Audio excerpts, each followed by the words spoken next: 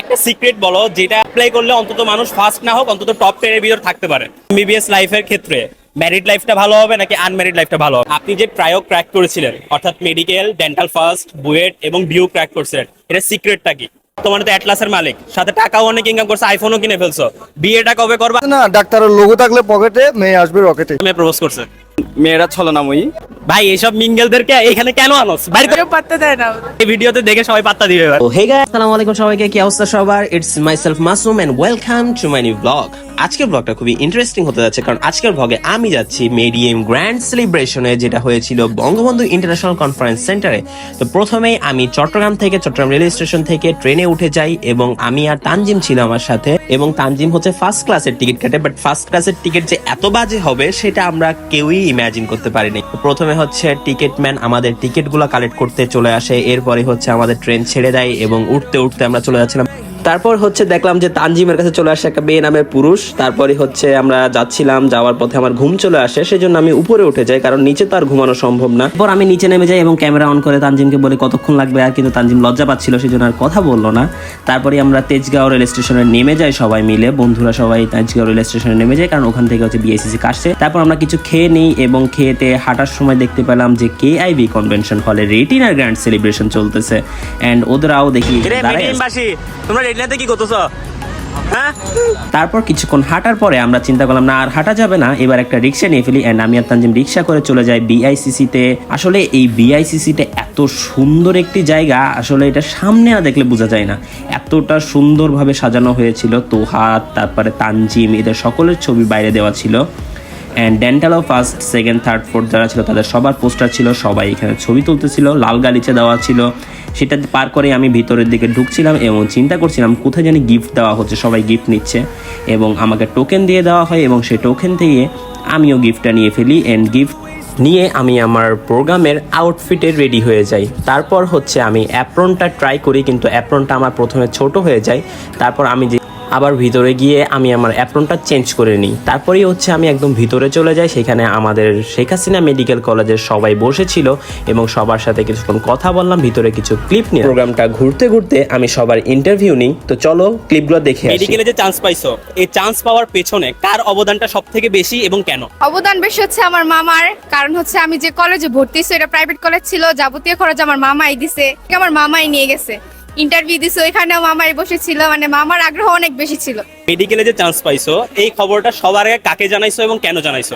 সবার আগে জানানো হয়েছে আম্মুকে জানাইছি, এর কারণ হচ্ছে আমার পুরো জার্নিটায় আম্মু আমার পাশে ছিল, ভেঙে পড়ছি, আম্মু ততবার আমাকে উঠাই দাঁড়াইছে। আলফা গ্র্যান্ড সেলিব্রেশন পর্যন্ত তো 5টা মেয়ে প্রপোজ করছিল, আলফা থেকে মিডিয়াম গ্র্যান্ড সেলিব্রেশন পর্যন্ত কয়টা মেয়ে প্রপোজ করছে? 10+ তো হবেই, মিনিমাম 10 তো হবেই, প্রচুর হবেই। ভাই একটা মেয়েও আমার কিন্তু প্রপোজ করে না, ওরা 10টা, বুঝছো, মাত্র 5 দিনে 10টা মেয়ে প্রপোজ করছে। মানে আমার ভিডিও দেখে ও ভাইরাল হইছে। কথা আছে না, ডাক্তারের লোগো থাকলে পকেটে, মেয়ে আসবে রকেটে। মেডিকেলে চান্স পাওয়ার পর থেকে এই পর্যন্ত কয়টা ছেলে প্রপোজ করছে? একটাও না। একটাও না? তোমাকে? একটা, বাট নট অ্যাকসেপ্টেবল। তাও অ্যাকসেপ্ট হয় না, দুজনেরই দুঃখ। কেউ পাত্তা দেয় না। ঠিক আছে, এই ভিডিওতে দেখে সবাই পাত্তা দিবে এবার। পাওয়ার পর থেকে এই পর্যন্ত কত ইনকাম করছস? 50 লাখ পয়সা। 50 লাখ? কি পয়সা। পয়সা? ঠিক আছে, বহুত ইনকাম করছস বন্ধু। ঠিক আছে। আচ্ছা আপু, আপনি যে ট্রায়ও ক্র্যাক করেছিলেন অর্থাৎ মেডিকেল, ডেন্টাল ফার্স্ট, বুয়েট এবং বিউ ক্র্যাক করেছিলেন, এটা সিক্রেটটা কি? সিক্রেট হলো যে আসলে এইচএসসি পড়াটাই হচ্ছে আমাদের অ্যাডমিশনে হেল্প করে। তো এইচএসসি যে 2 বছর ছিল বা 1.5 বছর ছিল, ওটাই হচ্ছে আমি একাডেমিকটা ভালো করে পড়েছিলাম, সেটাই হচ্ছে আমাকে হেল্প করেছিল। আর আমি হচ্ছে কখনো মেডিকেল প্রিপারেশন নিব বলে ম্যাথকে অবহেলা করিনি, তো ওই জন্য ম্যাথও আমি ভালো করে পড়েছিলাম, ওই জন্য বুয়েটেও ডিইতে। বর্তমানে তো অ্যাটলাসের মালিক, সাথে টাকাও অনেক ইনকাম করছে, আইফোনও কিনে ফেলছো, বিয়েটা কবে করবা আর আমাদেরকে দাওয়াত কবে দিবা? ইনশাআল্লাহ আল্লাহ যখন চাই তখন পাস করি, একটা ডিগ্রি অর্জন করি, একটা জায়গায় পৌঁছাই, তারপরে ইনশাআল্লাহ সে চিন্তা ভাবনা করব। এটা মেয়ে প্রপোজ করছে। এইটা সংখ্যা এখনো গোনা হয় নাই, তবে এখনো ফিক্সড হয় নাই আর কি। কেউ আছে? আছে, বড় তো আছে। এমবিবিএস লাইফের ক্ষেত্রে ম্যারিড লাইফটা ভালো হবে নাকি আনম্যারিড লাইফটা ভালো হবে? আমার এই প্রশ্নের উত্তর হচ্ছে আনম্যারিড লাইফ। ম্যারিড অবশ্যই। আনম্যারিড কেন? আনম্যারিড হইতাছে বলি, বউ যেই হোক, বউ হইতাছে ডাক্তার হোক, প্রধানমন্ত্রী হোক, আর যাই হোক, বউ মানেই প্যারা। আর এই যে প্যারা দেয়, এই প্যারা খাওয়া হইতাছে নিজেরই অবস্থা। এমবিবিএস লাইফ প্যারা, বউ আরেক প্যারা, সো ডাবল প্যারা। ঠিক আছে, বিয়ে না করাই সুবিধা। ম্যারিড কেন? ম্যারিড কারণ হচ্ছে আমার সব কাজ ওকে দিয়ে আমি করাতে পারি। এর থেকে শান্তির আর কিছু নাই, শুধু খাবো আর ঘুমাবো আর বাকি কাজ ও করবে। এখন আমি আর কি করা উচিত? অবশ্যই বিয়ে করা উচিত। ভাই ওর থেকে শুনেও যদি বোধোদম না হয় যে কি করা উচিত, তাহলে ভাই আমার কিছু করার নাই। আচ্ছা ঠিক আছে, এটা অডিয়েন্সের উপর, ঠিক আছে? এটা আমি বলবো না, এটা অডিয়েন্স বলবে আমার কি করা উচিত। মেডিকেলের টিকা থেকে এই পর্যন্ত কয়টা মেয়ে প্রপোজ করছে? অনেক রিকোয়েস্ট আসছে, বাট একটাও অ্যাকসেপ্ট করি নাই। কেন কেন কেন? কারণ মেয়েরা ছলনাময়ী। যা বুঝলাম, বন্ধু আমার ছ্যাঁকাকে বেঁকা হয়ে এখন ছলনাময়ী বলতেছে মেয়েদেরকে। আচ্ছা সর্বা, সবাই তো মেডিকেলে ফার্স্ট হওয়ার স্বপ্ন দেখে, তো তুমি একটা সিক্রেট বলো যেটা অ্যাপ্লাই করলে অন্তত মানুষ ফার্স্ট না হোক, অন্তত টপ 10 এর ভিতর থাকতে পারে। রেগুলার স্টাডি, প্রচুর এক্সাম দেওয়া, অ্যান্ড অলসো মহান আল্লাহ তাআলার কাছে অনেক অনেক চাইতে হবে। ফার্স্ট হইছো, এটার সব থেকে বেশি অবদানটা কার? সবচেয়ে বেশি অবদান আমার ফ্যামিলি ফার্স্ট, কারণ আমার যাবতীয় যা কাজ করার ডেইলি সব আমার আম্মুই আমাকে বলে দেন যে ওটা করো ওটা করো। একমাত্র পড়াশোনাটা আমি নিজে করি, বাট এছাড়া যত যা কাজ আছে সব কাজের জন্য হচ্ছে আমার আম্মু আমাকে বলতেন যে তুমি ঘুমাতে যাও এখন, বা তুমি ঘুম থেকে ওঠো এখন, এভরিথিং। সো আমার ফ্যামিলি, স্পেশাল আমার আম্মুর অবদানটা সবচেয়ে বেশি। সবার আগে কাকে জানাইছিলাম মেডিকেল ফার্স্ট হওয়ার পর? অ্যাকচুয়ালি আমি কাউকে জানাই নাই, আমাকেই সবাই জানাইছিল। আসলে হ্যাঁ। সো মানে আমার নিজ থেকে যে কাউকে জানাইতে হবে, মানে আমি জানাইতে পারি নাই আর কি। আচ্ছা ঠিক আছে, ধন্যবাদ তোমাকে। তারপর সবার ইন্টারভিউ নেওয়া শেষ হয়ে গেলে আমরা আমাদের মেইন প্রোগ্রামে ঢুকে যাই এবং ভিতরে আমার বন্ধু স্টেথোস্কোপ লাগাচ্ছিল এন্ড মেইন প্রোগ্রামটা এখন শুরু হয়ে যায়।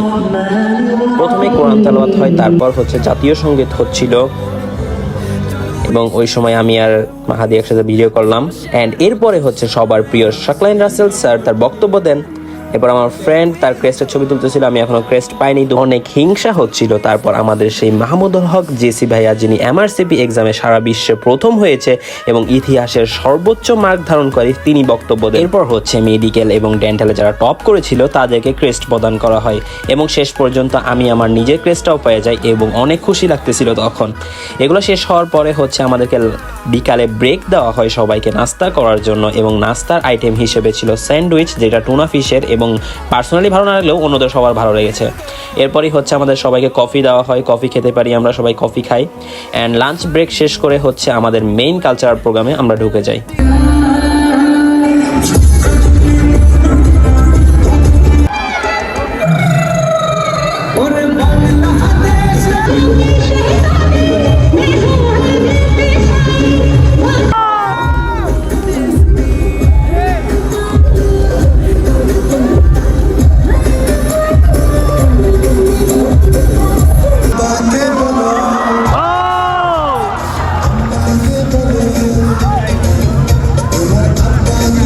আমার যদি তেমন কিছু ঘটে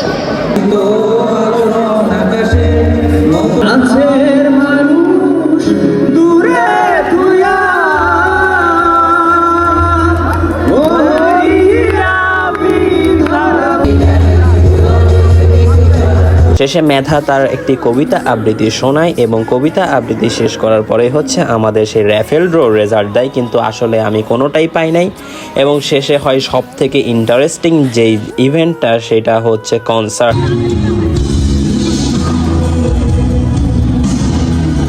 কিন্তু কনসার্ট শুটতে গেলে যে আমার আর চট্টগ্রামে ফিরা হবে না, সেই জন্য আমি শেষে আর কনসার্ট বেশিক্ষণ কন্টিনিউ না করে আমি চলে আসি অ্যান্ড বাইরে থেকে খাবার নিয়ে ফেলি, সেই মিডিয়ামের সেই প্রিমিয়াম পানির বোতল নেই এবং আমার গাড়ি দাঁড়িয়ে ছিল রাস্তায়। অ্যান্ড আজকের মতো ব্লগটা এইখানেই আমি শেষ করতে যাচ্ছি। ধন্যবাদ সবাইকে পুরো ভিডিওটা ধৈর্য ধরে দেখার জন্য।